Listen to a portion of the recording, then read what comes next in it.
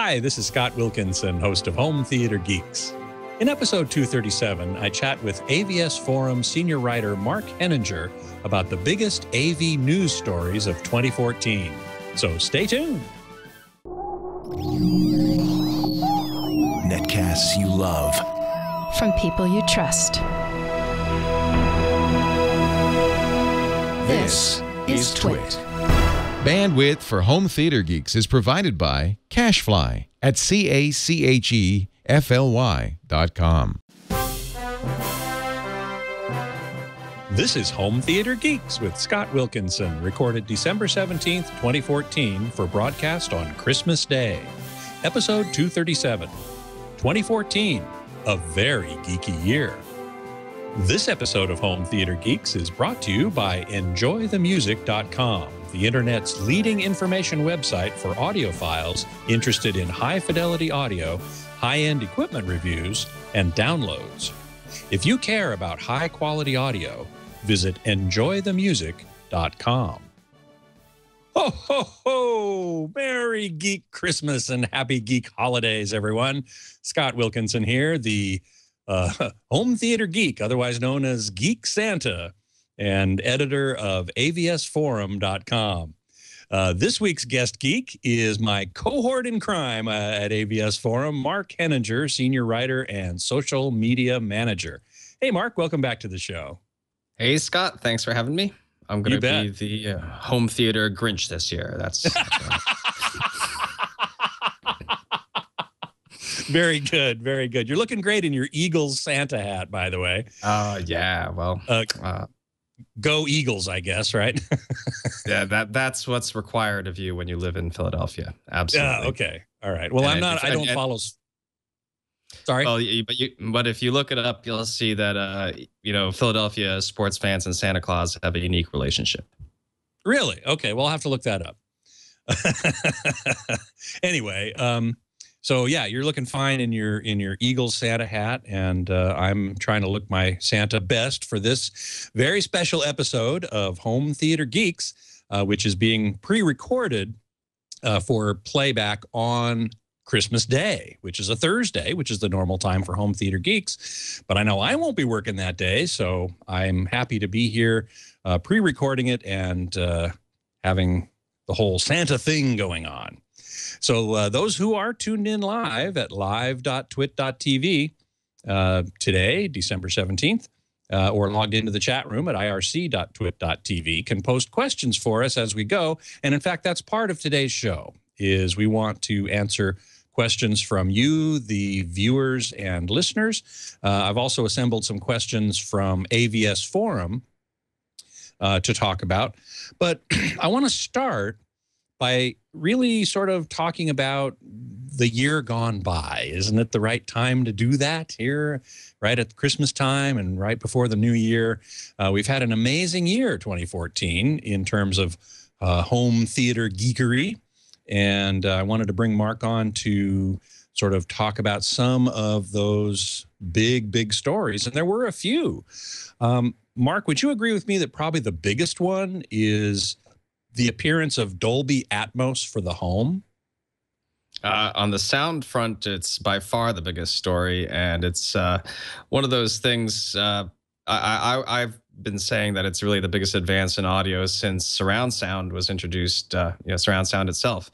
But yeah, I'd call it a once-in-a-decade kind of a story, where entirely new format. It's not just a speaker configuration; it's an entirely new format for delivering audio with movies. Yes, absolutely. Right. There's nothing else in the audio realm that comes close. That comes close. There is one other audio story that we'll touch on a little later, but for now, let's talk about Atmos. And as you say, it's more than just new speakers. And the first thing that people kind of talk about when they talk about Atmos is, well, you mean I got to put speakers on my ceiling? Because that's really what it is, right? It's what we call an immersive audio format, or a 3D audio format, which takes the plane of 5.1 or 7.1 that's more or less at ear height and extends it up into the height dimension, into the third dimension, and gives you a hemisphere of a sound field. And it really is a remarkable effect. I haven't had Atmos in my home yet. I know, Mark, you have for a while. And tell us your impressions of your experience with it so far. Right now, I have the Atmos-enabled speaker version, which uses reflective sound as opposed to in-ceiling speakers. I love it, but there are two flavors. There's the Dolby surround up mixer, and then of course there's real Atmos, and there's very little that's actually out in real Atmos. But I've watched Transformers, Age of Extinction, and Expendables 3, and also Teenage Mutant Ninja Turtles, and Step Up All In. So I've watched the 4 movies that are out in Atmos, and what I can say is, it does have to be mixed to truly take advantage of it. And of those 4 movies, only one, Expendables 3, like really took that Atmos effect and made it clear, like, helicopter flying around over your head and it's really buzzing, over your head, and reminded me of the Dolby demos, which you did see, along with me at CEDIA, which were very clear. It was very obviously Atmos. I mean, maybe it doesn't need to always be that. Maybe it's like 3D where the mixers are thinking, well, let's not just have pop out effects. Let's make it part of the art or whatever. But I think with these early titles, it would benefit them to take the Expendables 3 approach and make some of the effects really obvious, because it does work. And so why not, is what I would say. I kind of can't wait to watch a movie that has like a really atmospheric scene with thunder and lightning and rain, because like a horror movie or something, because certain effects really ask for it, and definitely things that fly are one of the things that ask for it. But it is interesting when you watch it, as you were just saying, you with regular surround, you've got a disc, and then with of a sound, and then with Atmos or any immersive audio, that disc turns into a dome, a hemispherical dome. It's interesting to me how well movies are already mixed, to just basically take advantage of the spatial relationships. A lot of sound really does occur at the ground plane and occurs within that disc. So I wonder if what it takes is movies and the scenes themselves even being conceived, for Atmos, just the same way that when you conceive a movie in 3D, you think of how you frame the scene differently than if it was just straight up a 2D movie. That with Atmos's existence, I wonder if directors are going to take even more chances, with how they frame the scene and what they show in terms of the action, and make you feel like you're underneath those sounds. Expendables 3, again, it starts off, the very first scene, it has a train going right over your head, and it's very easy for the movie to take maximum advantage of that. I don't know. I've enjoyed it, though. I'm sorry. One of the movies that I saw in the theater, I go out and see Atmos theater movies in the theater as much as possible, and one of the ones I thought used the effect really, really well was Dawn of the Planet of the Apes. In which you're in the forest and the apes are in the trees above you, and they're hooting and howling and rustling and all that stuff. And there's some rain as well that comes from overhead. And I thought that was tremendously effective. Can I try to tie that into just something very interesting that you made me think of? We're going to discuss MQA audio from Meridian very soon. But yes. I was in New York, and at the beginning of the presentation, they discussed neuroscience and how human evolution had, more than anything, adapted us to hear those sounds with clarity and to localize them and judge distance spontaneously. So I think that's very interesting that the forest scene is something that really brings out that Atmos effect, because it actually plays to the part of your brain that is attuned to even doing that and taking advantage of it. Whereas with a scene where you've just got a bunch of clanking metal objects, we didn't really actually evolve to hear that the same way. Yeah. And yet I'm really disappointed that there aren't more movies that have come out in Atmos. I mean, Atmos was announced in June. I mean, that isn't really that long ago. It's only 6 months ago. But product was announced, and it's been available for a while. And we've got speakers, we've got AV receivers. I think we have 18 or 20 AV receivers that are Atmos capable, and some speakers and so on. But there's 4 movies that have come out. And in fact, Ares Volodka at AVS posted this question: is there any way to make a calculated assumption about which films might come out on Blu-ray in Atmos? And my first response to that is, well, all the movies that have been released in Atmos in the commercial cinemas, it should be a no-brainer.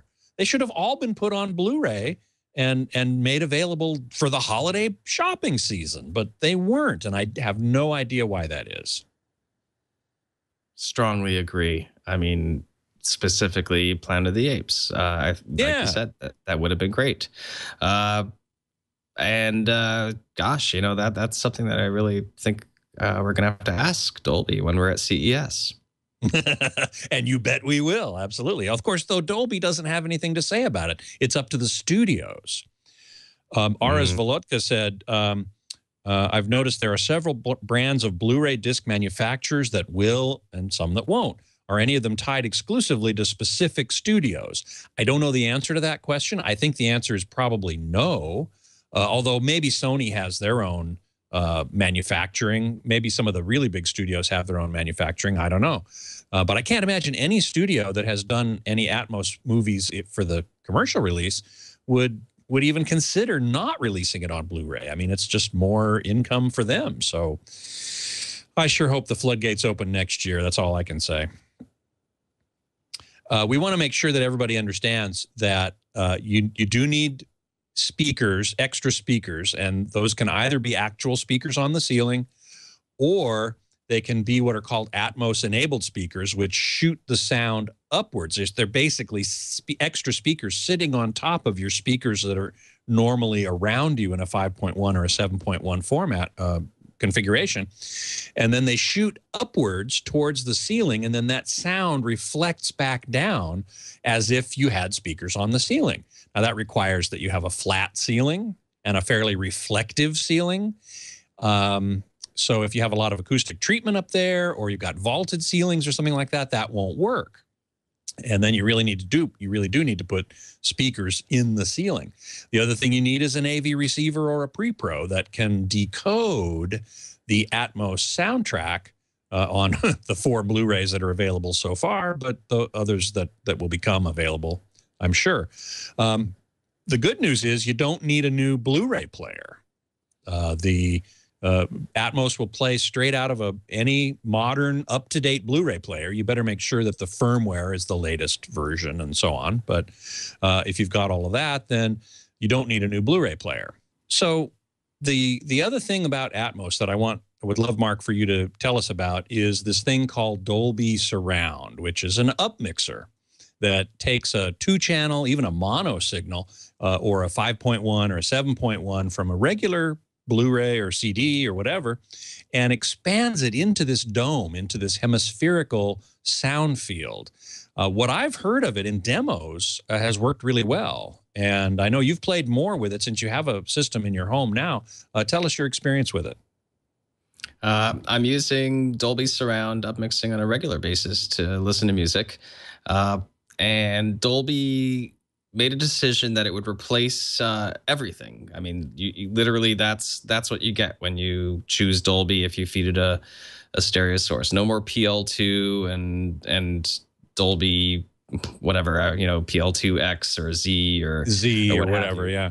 PL, by the way, ProLogic is that's the shorthand for ProLogic, and Dolby has ProLogic, ProLogic 2, ProLogic 2X, and ProLogic 2Z, which added some height channels. Now they've got Dolby Surround, which is so weird because it's a term that was used in the 80s for one of the original Dolby Surround formats. And they've come back to use that same term, but now it means something much, much better than it did back in the 80s. Well, what it does is ambience extraction, and it does it better than the previous formats, because if you really think about it, ambience in a concert hall or in a church or wherever, there's a spatial element that includes that height, that reflection off the ceiling. I mean, it's no coincidence that concert halls and cathedrals all have very high ceilings, whereas offices have very low ceilings because it affects the length of the reverberation and the acoustical properties and how well it complements music itself. So if you have effective ambience extraction, it is an enhancement to the music. And Dolby Surround is, I would say, just very adept at getting the right mix and taking that ambience and making you feel like, I mean, I'm not a big fan of masked choir music, you know, but when I listen to something like that with an organ and a choir going, it sounds much more like you're in a church than through the other surround formats, which might in fact have sounded somewhat artificial. You know, and that a lot of audiophiles have traditionally preferred the 2-channel presentation. And the other thing that I found Dolby Surround does is it in the audiophile cliche of making the speakers disappear. I mean, it really does that. That ambient sound field. It allows the system to recede into the background, and I consider it, you know, a significant enhancement on that. So if you're into listening to music with surround sound up mixing, I'd say it's the best flavor yet of that kind of thing, because it's the only one that really mimics the reality of the acoustical spaces and has, yeah, that the reverb coming from above, which is a natural.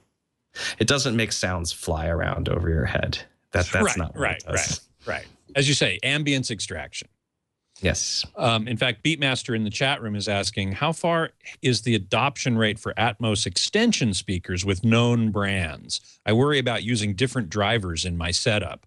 And this brings up a good point. If you have speakers that you really like already, you can add what are called Atmos modules, which are little speaker modules that you just put on top of your speakers or nearby. They don't actually have to be right on top of the speakers, but somewhere nearby, and point those up. But he brings up a good point, which is tonal balance, tonal matching. You and I both know that for the surround system, you want the tonal signature of at least the front 3 speakers, and preferably all the speakers in the surround configuration, to have a similar tonal signature.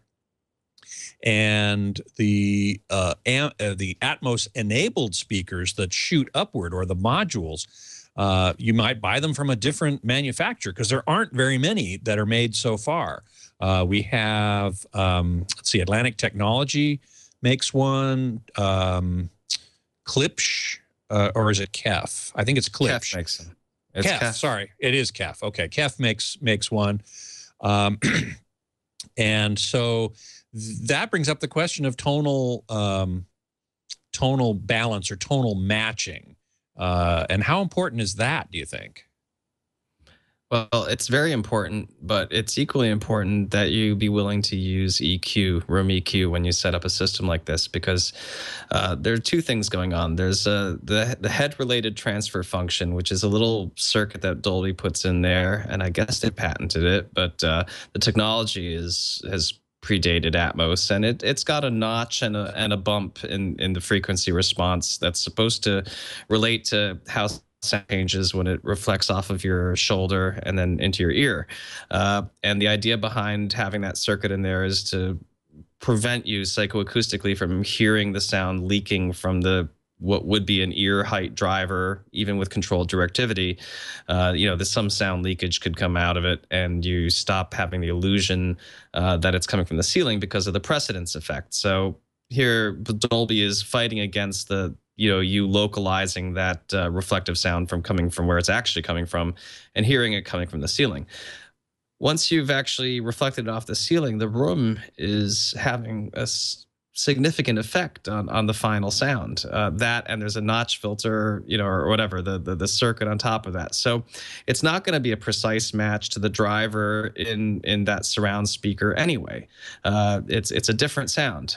So I really just have to say that at this point, without understanding it terribly deeply, it's important that you run the room EQ setup. And when you do that, it becomes pretty evident that the system handles, you know, integrating it in the way that it's supposed to, so that you get the illusion of height.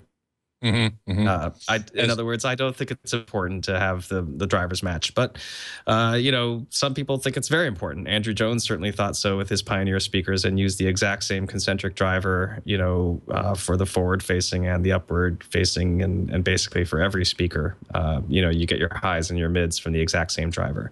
But I must confess that in my experiments, I found that it's not necessary to maintain that consistency as long as you're willing to let let your room EQ system do its job. And that's how it works. Okay. Well, listen, I think that's the biggest news, I think, in the audio world. And there is a little more audio news that we'll talk about in a minute, but let's move over to the video side of things. And of course, to me, the biggest news there is the very fast proliferation of UHD, Ultra HD, or otherwise known as 4K displays, flat panels, LCDs for the vast majority. They have come down in price just like a stone, like free fall. It's amazing. And I've seen various reports where whereas HDTV sales are on the decline, not really fast, but certainly year to year they have started to decline, whereas UHD TV sales are on the increase in droves. And I saw one study that said that by 2018, all TVs 55 inches and above and larger would be UHD, which, as most of us know, but for those who don't, means 4 times the number of pixels on the screen. Instead of 1920 across by 1080 up and down, it's 3840 across by 2160 up and down. Exactly twice the number of pixels in the horizontal direction and twice the number of pixels in the vertical direction, making a total of exactly 4 times as many pixels. So that is pretty big news. And Black Friday, we saw a bunch of UHD TVs that were relatively inexpensive. It's great that we've got the technology is moving forward. But I heard at one SMPTE meeting I went to that the TV manufacturers took the studios by surprise, that they announced and introduced all these UHD 4K TVs, and the studios went, what's going on here?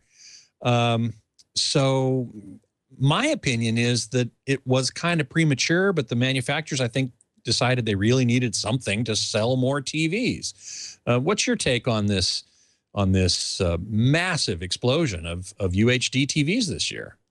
It's a completely insane year for televisions.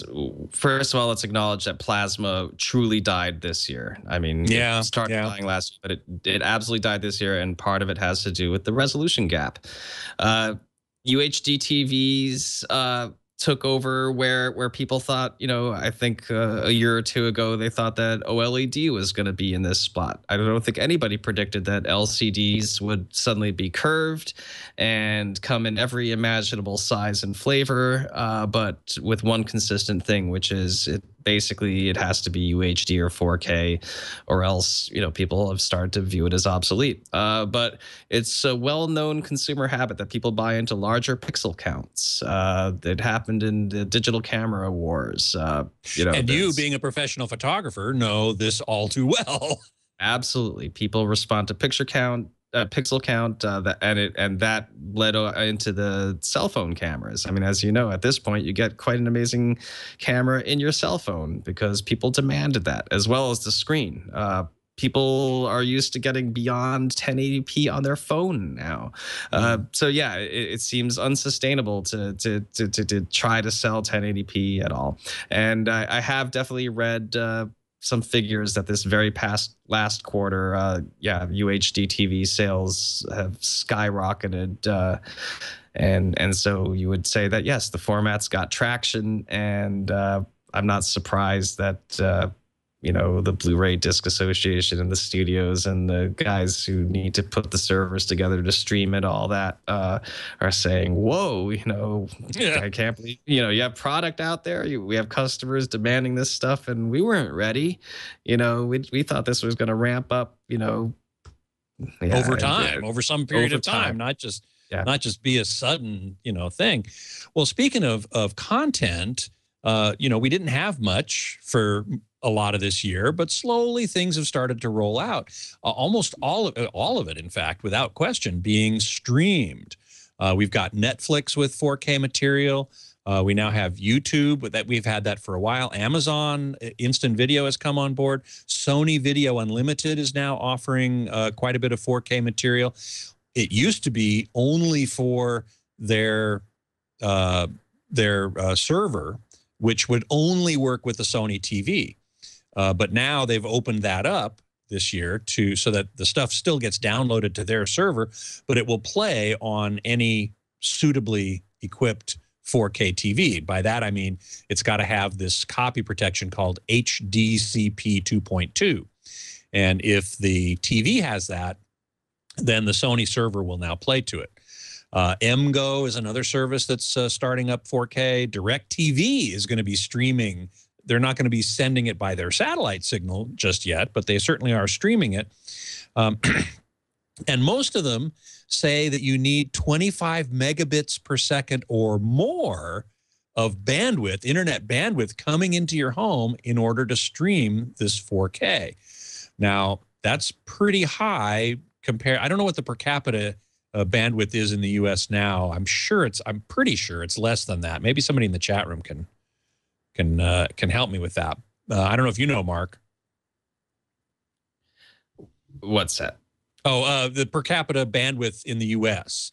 The average bandwidth. That's a very contentious number, and of course it varies by geography. I've read everything from 4 to 11 megabits, and the problem is that there's no real standard.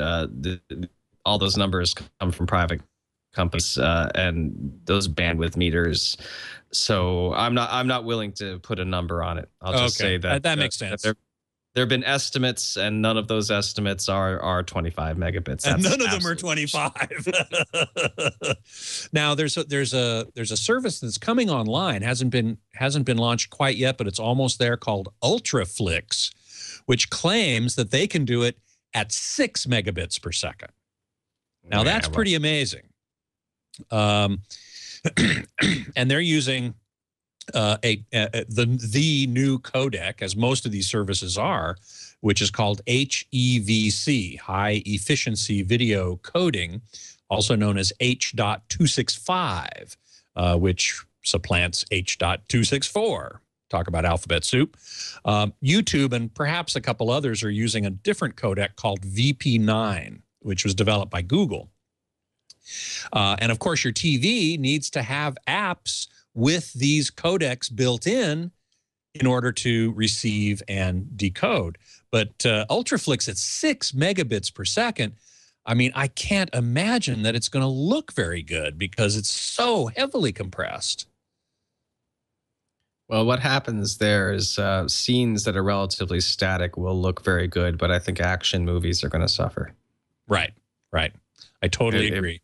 It might be okay for TV shows with a lot of just static camera views of characters talking to each other. Yeah. Another factor or consideration to think about in terms of UHD and 4K is that there are many other factors besides pixel density or number of pixels. In fact, Joe Kane at a recent SMPTE meeting made a great statement. He said, UHD today is nothing more than HD, high definition, with more pixels. Everything else is the same. The color gamut, the range of colors that can be reproduced, the dynamic range, the frame rate, all of that stuff is exactly the same as it is with HD. And so, and I think you'll agree, there are plenty of people in the industry who say increasing the number of pixels, yeah, it can look better, but you really need a really large screen and you need native content to even sort of notice. But with high dynamic range, for example, you would notice on a standard def TV, you would notice instantly on any size TV that the picture was better, but we don't have that yet. We don't have it in the content and we don't have it in the displays, nor do we have wider color gamuts, which is another thing that we hope to see eventually, but we didn't see it this year. And this is one of the reasons why I think that the launch and flight of UHD so far has been premature, because anybody who buys a UHD TV today, it's going to work in the future, even with these other things that come along, because they'll have to be backwards compatible. But you're not going to see all of this glorious, the high dynamic range in particular. You've seen high dynamic range displays from Dolby and elsewhere, right? I mean, it's amazing. Agreed. That's one of the things that didn't show up this year that I'm looking forward to pretty much more than anything is HDR. Yeah. Yep. And then, of course, there's 4K Blu-ray, which didn't show up this year, but we did learn that they are absolutely working on it. They expect a specification by spring of 2015. And players, Blu-ray players, you're going to have a new player for that, for sure. And players and discs are going to be out by the end of next year. So about a year from now, we will finally see 4K Blu-ray. And certainly that's going to, well, we hope anyway, that it's going to look better than any streaming. But it might very well not look better than downloading. I know you've been doing quite a bit of research in streaming versus downloading, and clearly downloading gives you the opportunity anyway for a better picture quality. Well, the counterpoint to all of these TV 4K UHD upscaling demos where they talk about how incredible it looks and it really looks like 4K. Well, guess what? I go to a really nice home theater with a 1080p projector, and a Blu-ray gets loaded up, and it just looks amazing. And I'm sorry, but the 4K rendition of that 1080p on a TV doesn't actually look more amazing than a good front projected home theater where you see all that detail. So yes, well encoded 1080p really looks great, and I don't see the point in UHD 4K unless you exceed every parameter that is already available. If you again have if you have the bandwidth and a well mastered 1080p, which at this point Blu-ray sets that standard. Although granted, I've been messing around with this Kaleidoscape Alto, and that company is trying to deliver Blu-ray quality, actually bit for bit Blu-ray as a download. The other thing about downloads that I like is the uninterruptibility of the experience. I mean, once you've downloaded it, you don't have the bandwidth limitation of. I mean, I had the worst time over Thanksgiving. I tried to watch movies on Vudu, and usually that's a very reliable and decent service, but I was getting buffering and interruptions, presumably because it was being overloaded. Whether it's, who knows even where it's overloading, but I don't like streaming. I much prefer downloads because it means that you're going to make your way through the entire movie uninterrupted. In addition to the fact that you can have more quality because you're not limited by your actual bandwidth at any given moment. If you have just a little bit of patience, you can buy a movie and watch it that night without leaving your home, and then not actually be interrupted or sacrifice quality. And sacrifice quality, exactly. Yeah, I would really like to see. I mean, Apple does the same thing. Apple delivers their content essentially as a download, but allows you to start watching it as if you were streaming. I'm loath to say it, but a while, yeah. But the day Apple supports UHD 4K on iTunes, that's going to be a watershed moment for movie delivery. Almost Working in the chat room says that in Japan, $45 a month will get you a gigabit up and down. Wow. Yeah, that's what I want. That's what I'm talking about. Yes. Shivers asks, is 4K TV better for a gamer? What's the input lag? I don't know the answer to that because I'm not a gamer. Have you studied that much? I haven't. I know a little bit. I can tell you that actually playing in 4K does introduced quite a bit of lag. One company, Vizio, made a specific point in their P series that you can play games in 1080p on their 4K TV and have tremendously low lag, but you are playing in 1080p. I know of no TV that you can basically play in 4K and have the same kind of extremely low latency, twitch reflex kind of video that gamers treasure because it helps them win. Right.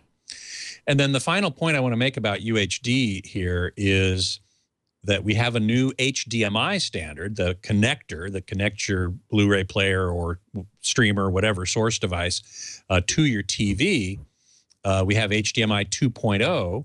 And I mentioned earlier HDCP, this copy protection 2.2, which you need in order to stream or play UHD, most UHD content.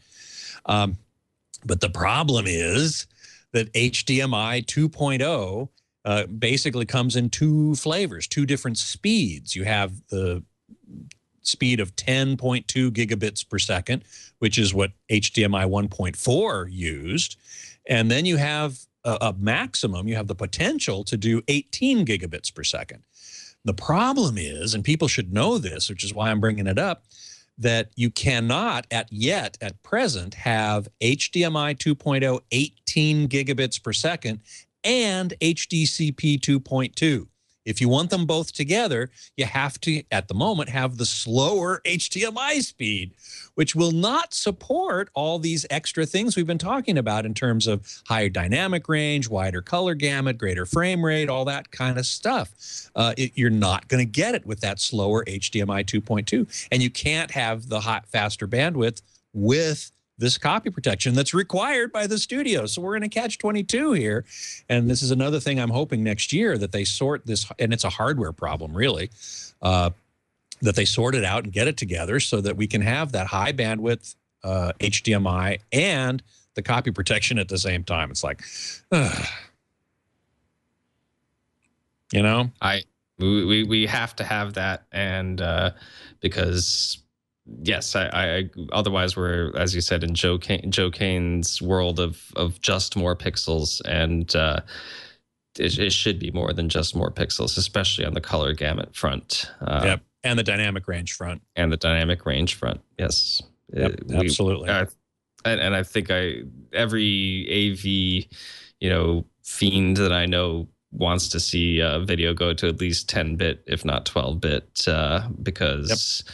And especially with TVs that are capable of reproducing extremely deep blacks, you just need more gradations to between the dark shadows and the absolute black. Let's look at OLED.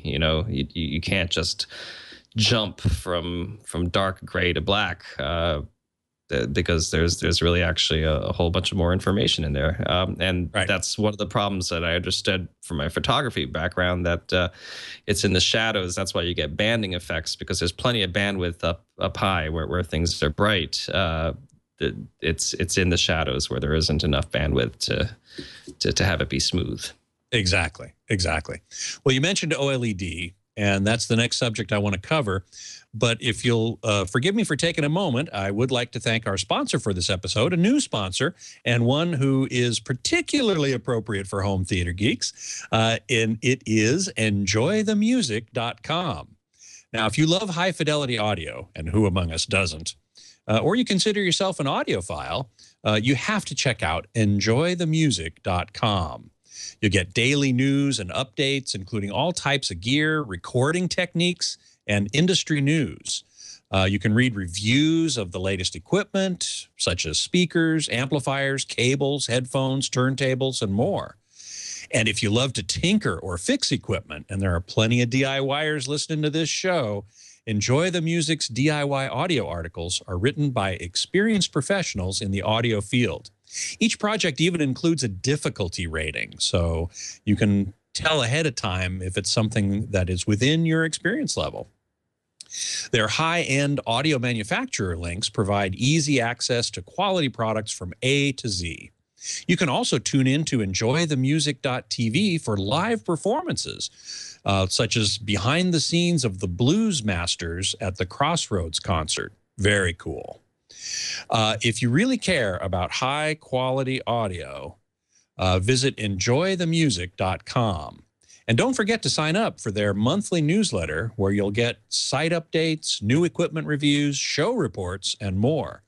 Plus, active members are entered into all their great contests. So go to enjoythemusic.com right now. Well, actually finish watching the show first and then go. And we thank enjoythemusic.com very much for their support of Home Theater Geeks. Okay, we were going to start talking about OLED or OLED. Another big story, video story, I think, from last year, from this year, now that is now ending.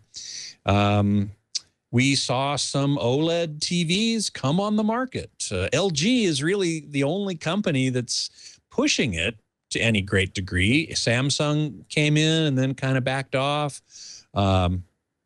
Panasonic, I guess, sort of came in a little bit and they backed off. Sony and Panasonic were maybe going to do something together, and that seems to be on hold. LG is the only company that's really moving forward, and they've got their OLEDs that are out now are all 1080p. They're just now starting to release some of their 4K or UHD OLEDs at 65 and 77 inches. The ones that are out now at 1080p are 55 inches, so not that big. But the prices, again, have dropped incredibly. They went from $15,000 a year ago for a 55-inch 1080p down to $35,000 or $3,000 today. So that's quite a remarkable development as well. And you and I have both seen OLED, Mark, and I think both of us, I'm certainly very impressed with it. It's not without its flaws, right? It's certainly not without its flaws. I've been participating in a pretty contentious thread on AVS where Consumer Reports said that the EC9300 was not the best TV they had ever tested, which got some people hot under the collar. Let's just talk about what happened this year with OLED, though. Clearly, Samsung backed out, when LG and Samsung first put out their first generation OLEDs, they both had a curved screen, and nothing else had a curved screen. So if you think about what really happened, I think that Samsung recognized that consumers reacted to the curve more than they did to the quality, and co-opted that to a point that it's actually hurt OLED, and they've had to retrench. And I know that you and I have both hammered at, and AVS members have hammered at LG, please give us a flat OLED. Just give us one, because we want a reference panel, but we don't want that reference panel to be bent because there's no need for that. It seems like it's a technology that's trying to find its place. It turns out that the curve was a gimmick. It's not special, for OLED at all. What's special about OLED is its contrast ratio. So I would say let's have it. Let's have the real reference panels. Let's have the TVs that the enthusiasts really want, because quite frankly, I don't see it as being a mainstream product until it's actually cheaper than LCD TVs, and it's not cheaper today. And therefore, it's an enthusiast's product. And if it's going to be an enthusiast product, it should cater to those enthusiasts. It shouldn't cater to some bizarre, speculative customer who wants the very best video quality in a bent TV that costs much more, because that's not going to work. Well, true. And yet Samsung seems to be doubling down on curved TVs. They're doing it on their LCDs now, just as much as they did on the OLEDs. They are offering some flat ones as well, and they make that point very strongly that you have a choice. But they're really hot on curved screens, and very few enthusiasts that I know they don't like it. They want the flat panel, and I'm one of them. I've sat in front of curved screens, and I don't prefer it. I think it's much better. It's okay. It's great for one person sitting there in the middle, in the sweet spot, it's like the old days of stereo. Not so old. Even today, there are lots of 2-channel audiophiles who sit by themselves in a room with a pair of speakers and listen to great sound, and it sounds wonderful, but really it's only in that one sweet spot. This is the same thing for video. It's just you're sitting there in the middle and everybody off to the side. The geometry looks weird because it's curved, and I just, I agree with you 100%. Give us flat, please. But that's what happened this year. This was, in a sense, the year of the curve. The curve was supposed to drive OLED, and instead it became irrelevant because it's pretty self-evident that you can bend LCD TVs. Yeah. Yep. I'm afraid so. So, we will see more at CES this year, next year, I should say, in January. LG will have more OLEDs. I'm sure of that. I have no doubt whatsoever. I don't know if anybody else will. I believe they told us that to keep our eyes open for something flat. But here's the other problem. I think you're well aware that there's a new term on the block, the quantum dot. Yes. And quantum dot looks like it might be a little bit of a threat to OLED because the marketing people might just like putting QD in front of 4K, and now you've got QD 4K. And more alphabet soup. Yeah. Oh man. Absolutely. But it might suit their purposes a little bit more than it might very well. Let me make sure everybody's on the same page here with quantum dots. It's a technology, a backlight technology for LCD TVs. Right now, most LCD TVs use white LEDs, either in an array behind the screen or along the edges. And that white light, it passes through an LCD panel. And then after it passes through the LCD panel, it passes through tiny little red, green, and blue filters. And that's how you get your colors. Quantum dots are these microscopic little spheres of a particular special material that when they are exposed to blue light, depending on the size of the dot, they will emit a different color of light, a different wavelength of light.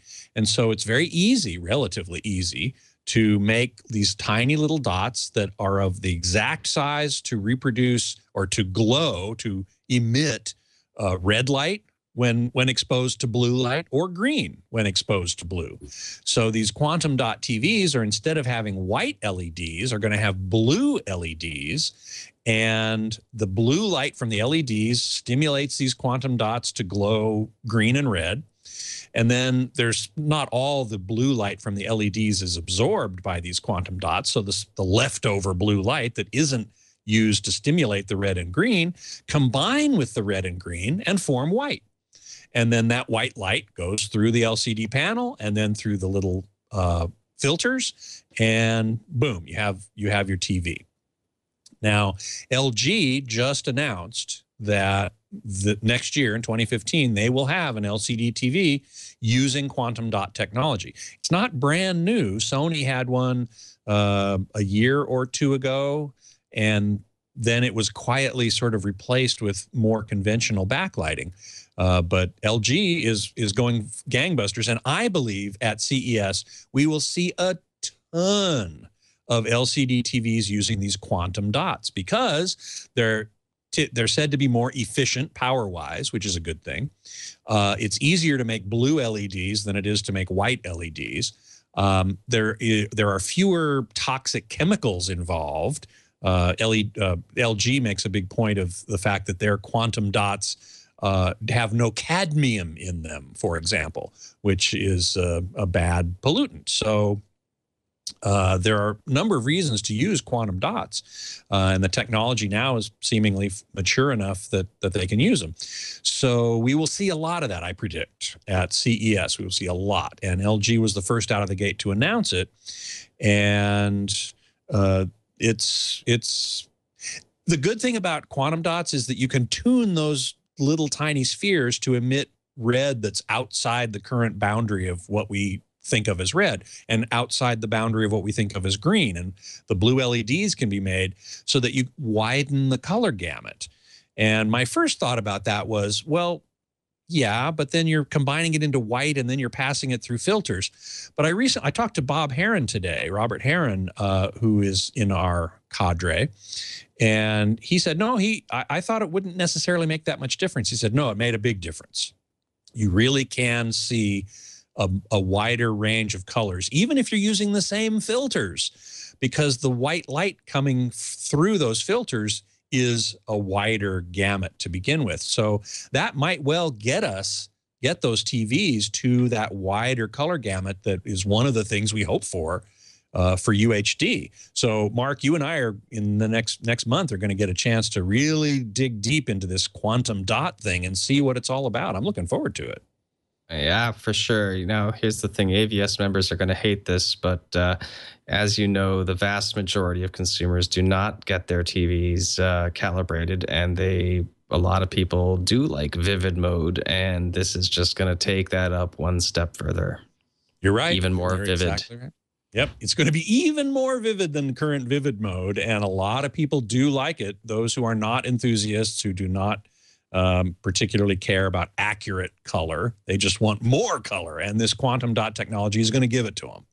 OLED is the same. OLED is the same. You can get a lot wider color gamut on OLED than with conventional TVs. And once again, a lot of people are just going to respond to that and go, ooh, ah, let's have more of that. So it will be very interesting to see. One last story that I want to cover, and then we'll get to a couple of questions. I know we don't have a lot more time left, but there's so much to cover. It was a very exciting year. And that is high-res audio. We have seen the rise of high-res audio, particularly with Pono and Neil Young, who is a big enough name to really have brought the concept of high-res audio to a greater, wider audience.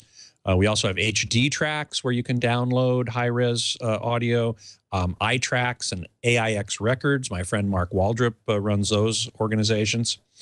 So, you know, now that storage is cheap and bandwidth is relatively copious, you know, we can now get away, hopefully, from lousy sounding MP3s and enjoy a higher quality of music, recorded music, than we have before. What's your experience? You've been doing some high-res music stuff, haven't you? I have. I'm gonna take the position that CD has treated me well and is pretty much good enough. But I don't mind exploring ways to get maybe you know, higher quality than CD at the same bandwidth. I'm not sure I see the actual use of you know, 96, 192 uncompressed or lossless compressed, but I think we're leading up to what Meridian is doing, which is bringing that the overhead of having that closer to studio master quality, you know, down to a manageable file size. Right. But Which they only announced it today. They only announced it a couple of weeks ago, so this is brand new news. Yeah, yeah. I have. It takes exceptional effort for me to hear the difference between CD and high res audio. I mean, it's not something I can do with a simple A/B test. I have to find a critical segment and listen to it repeatedly and carefully select the equipment. I have to say it requires exceptional circumstances to appreciate that difference. It's not going to happen for you. I see no real reason to like wear headphones on a subway and play high res audio versus good old 1644. Yeah, yeah. And to be totally honest, 256 kilobit, you know, Apple audio format, you know, whatever iTunes files really sound pretty decent. They come quite close to CD quality. And again, if you've got ambient noise, you're in your car or whatever, it's irrelevant. So we're talking about a product for somebody who's in a quiet environment, who's doing critical listening through very nice gear to begin with. There you go. That's exactly right. That's exactly right. But that none of that applies to 128 kilobit MP3. That's just a terrible format. That sounds terrible, and you can immediately tell the difference, there. Yeah, yeah. We should quickly mention that Meridian introduced this new thing called MQA, Master Quality Authenticated, which addresses 3 issues. One is quality, and they are claiming that it reproduces the same quality exactly that the mastering engineer and the artist approved in the studio. It also addresses convenience because it reduces the file size and bandwidth required to transmit and store that information. And it also deals with the issue of provenance. There have been some scandals about high-res audio files coming from various sources that, in fact, were originally sourced from a CD. So it wasn't really high-res audio after all. And this Meridian system verifies, authenticates, part of its name, the provenance. It's the exact same file that the artist and the engineer, the producer, approved and signed off on. So with smaller file size, smaller bandwidth, and no loss of quality. So this is brand new stuff. You heard one demo of it. I haven't heard a demo yet, but I'm really looking forward to hearing that at CES. And I hope they do some better demos than they did in New York that you heard. Well, what I did hear was, unfortunately, over headphones, the MP3 files were 128 kilobit. So I considered that an unfair comparison. They said that's what people get, but I don't agree. If you listen to iTunes, you're listening to 256 kilobit, not 128, and there's a steep difference between those two bit rates, even with lossy compression. Mm-hmm. What I did hear in the serious demo, which was, a pair of Meridian speakers in an acoustically treated room in their New York offices.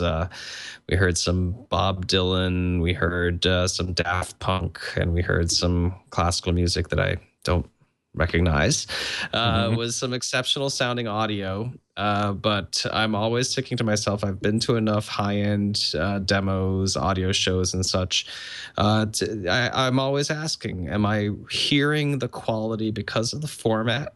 Am I hearing the quality because of the system? Or am I hearing the quality because the engineer and the recording, there was talent behind it?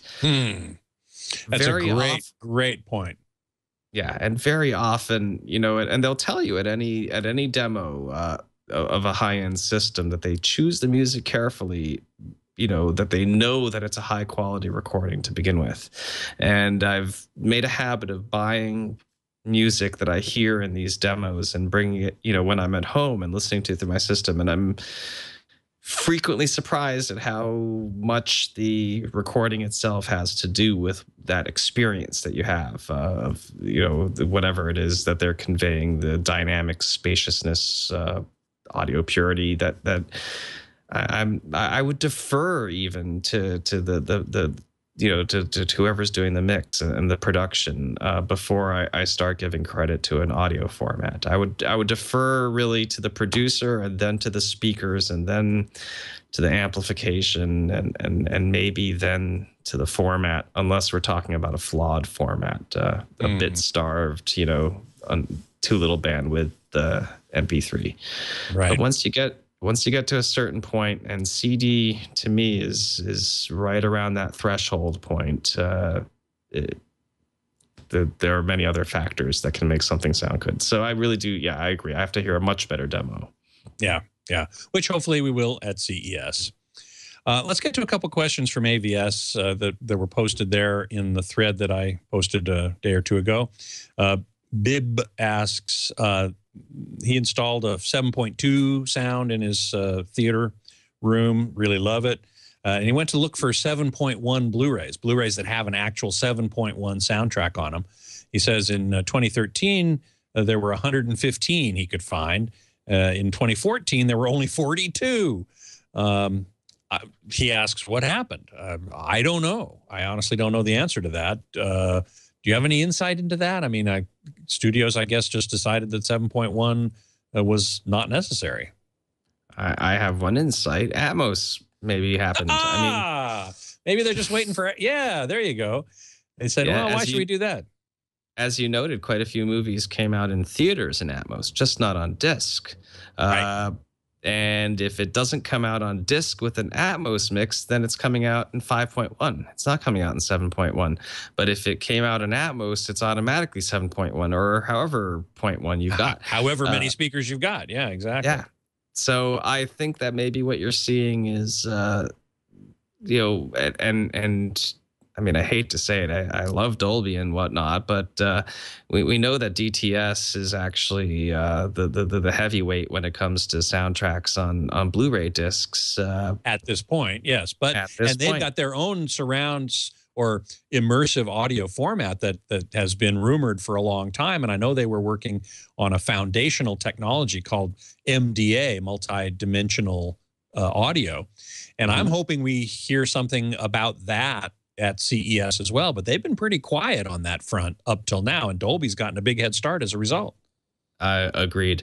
But whatever form of object-based audio, the main point is that you're no longer stuck with 5.1 mixes. However it gets decoded, you're going to get 7.1 if you've got a 7.1 system. You're going to get immersive audio if you've got an immersive audio system with any of those formats. So I think that's one of the things we've seen, and there's Oro as well. So we've got many movies with that, and de facto, if it's a large movie, a big action movie, a blockbuster, in the past year, it's had one of those immersive audio formats, but it hasn't been delivered to the home in those formats.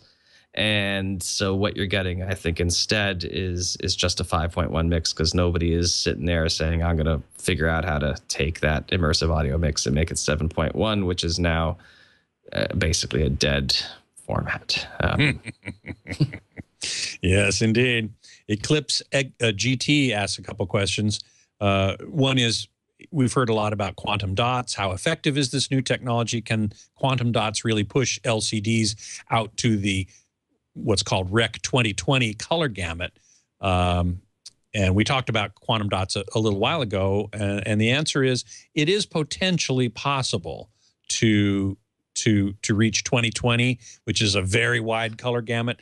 A lot of people are talking about that as the UHD color gamut going forward, but there are no TVs that can do it yet, and I'm not sure there will be. He also asks about whether or not maybe P3, which is the gamut that is used in commercial cinemas, will be the one that we settle on. And I tend to think that that's probably the case, at least in the short term. Let me ask you this. His third question is, what are your predictions for CES? Will 2015 be a good year to jump into UHD, or will we be let down? I think that it's going to be all UHD. Will you be let down? Well, there have been some letdowns this year, as you've noted, Scott, because forward compatibility is not assured. You know, and some of the technologies we wanted to see come with it have not come to fruition. So I would say that if the promise of 2014 becomes the reality of 2015, then it'll be a good year to jump in. Exactly. Orbitron asks a related question. What products excited you at last year's CES that were promised for release this year, but were then not released? You and I think, both have the same answer. Why don't you give it?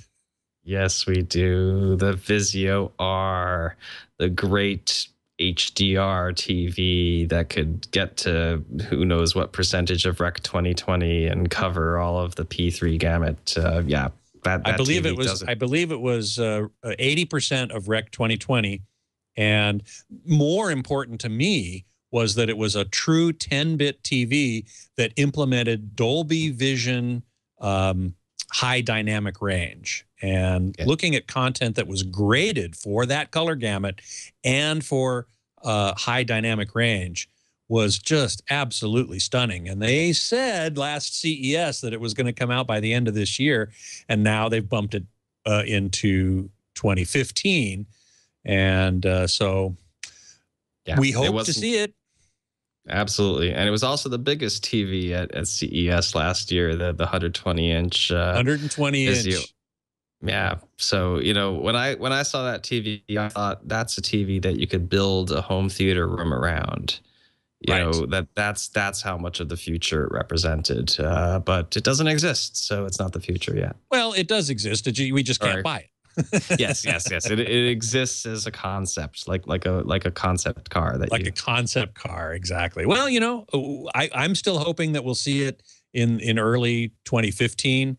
It's actually Vizio doesn't call it the R series; they call it the reference series, and they make a point to say we call our others by letters: the E series, the M series, the P series.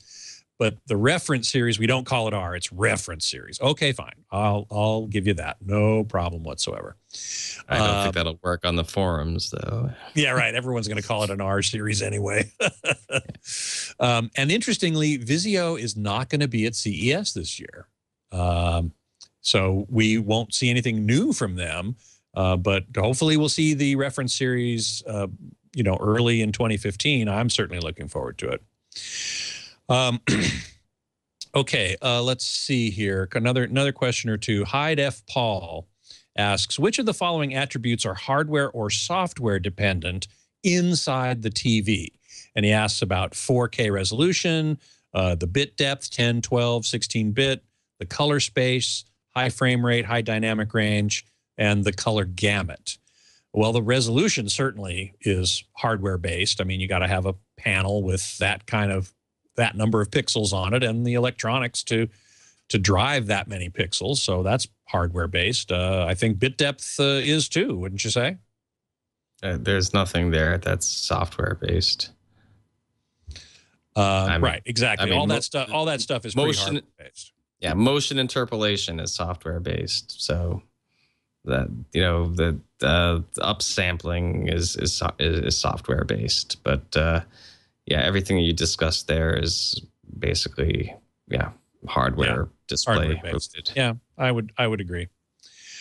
Well, listen, we have come to the end of a great hour recapping 2014 and taking a little peek into 2015.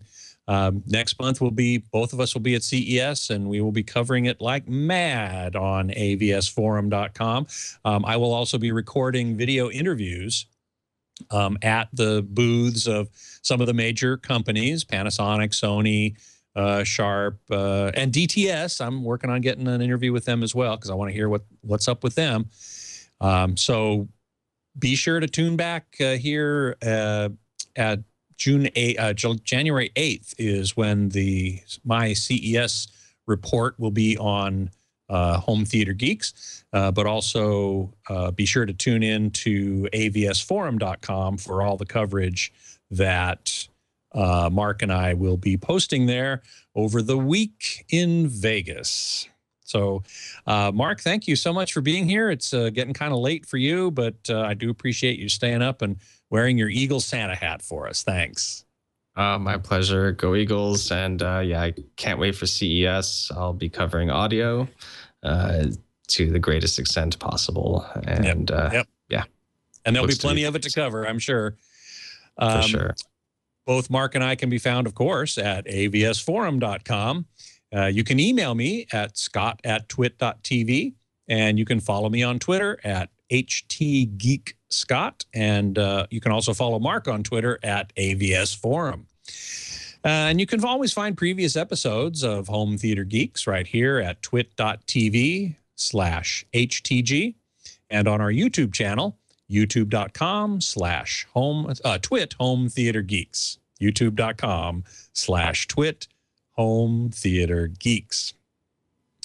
Now, next Thursday is New Year's, and the entire TWIT staff will be recovering from our massive 24-hour New Year's Eve celebration in every time zone around the world.